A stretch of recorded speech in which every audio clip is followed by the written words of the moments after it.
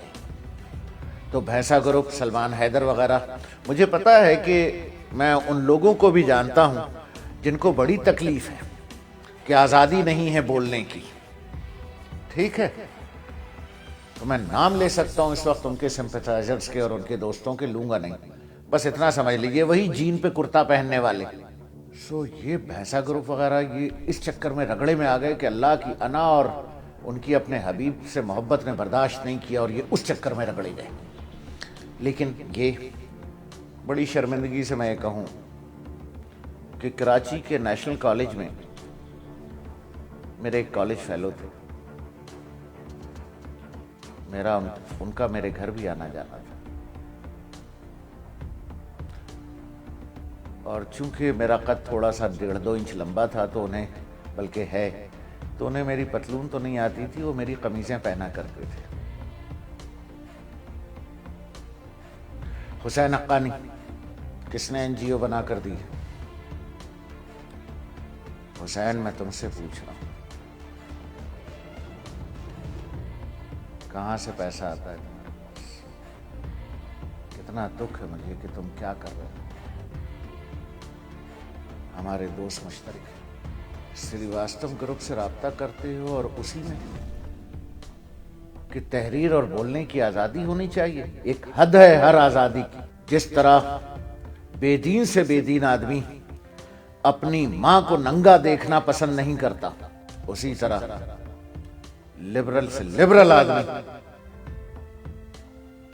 اپنی ماں, اپنی زمین, اپنے وطن, اپنی مملکت, اور جب وہ خدا اور رسول کے نام پر بنی ہو, جس کا نام ہی اسلامی مملکت خداداد پاکستان ہو, اس کو ننگا کرتے ہو. یعنی اپنی ماں کو ننگا کرتے ہو. اپنی ماں کو ننگا کرنے سے برا کام